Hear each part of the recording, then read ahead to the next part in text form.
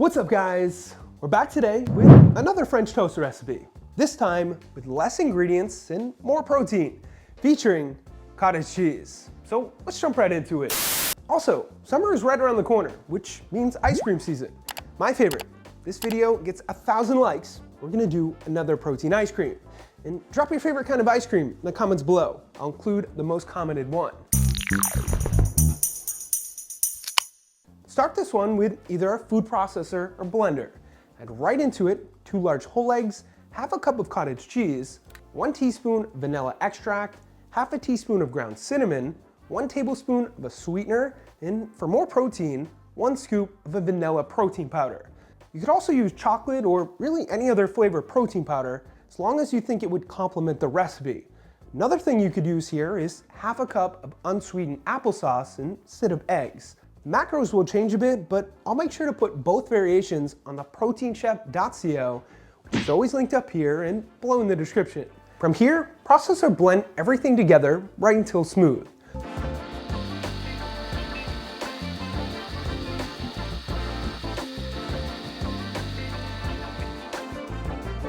Pour that mix into a dish and choose your bread. You could go low carb, higher protein, or keep it classic like I did today with some thick cut Texas toast. Though these are only 90 calories a slice, so not too bad. Drop your favorite French toast bread below. Place a piece of your bread into your mix and let that soak up for a bit.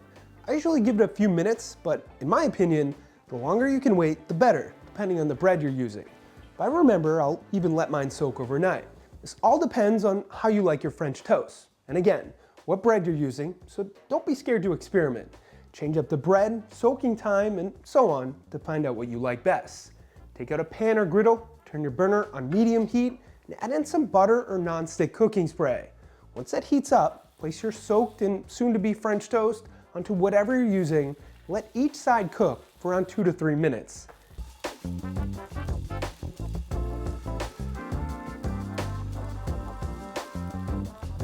In the end, it should look like this.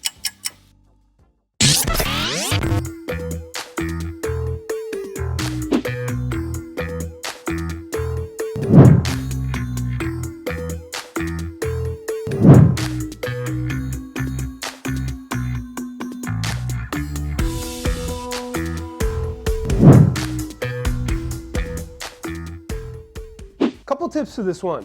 Number 1. Double or triple the recipe to make a bigger batch, either for meal prep or the entire family. Number 2, along with other variations on the website, I'm also going to include the calorie breakdown for just the mix with and without protein powder, and also the mix plus the Texas toast I used. Number 3, you can make your mix the night before so it's ready to go in the morning. Number 4, reheat it in either the microwave for 30 seconds, your toaster, or an air fryer for a couple minutes. And number 5, top it with some protein frosting. Moving on, we have 2 giveaways to announce today. The first giveaway is to someone who rated and commented on any of our recipes on the website in the past week. Congrats to you on winning a shaker or shirt. I'll keep this giveaway going for a while, so don't forget to rate and comment on the recipes you've tried. The winner of our last testing your guesstimating for the egg whites was bang. Congrats to you. For this week's testing your guesstimating, we're going with this much maple syrup. How much do you think it weighs in grams? The first one closest to it wins a shaker or shirt. With that said, thank you for watching. Hit that thumbs up button for more high protein breakfast ideas. Subscribe if you haven't already so you never miss a recipe.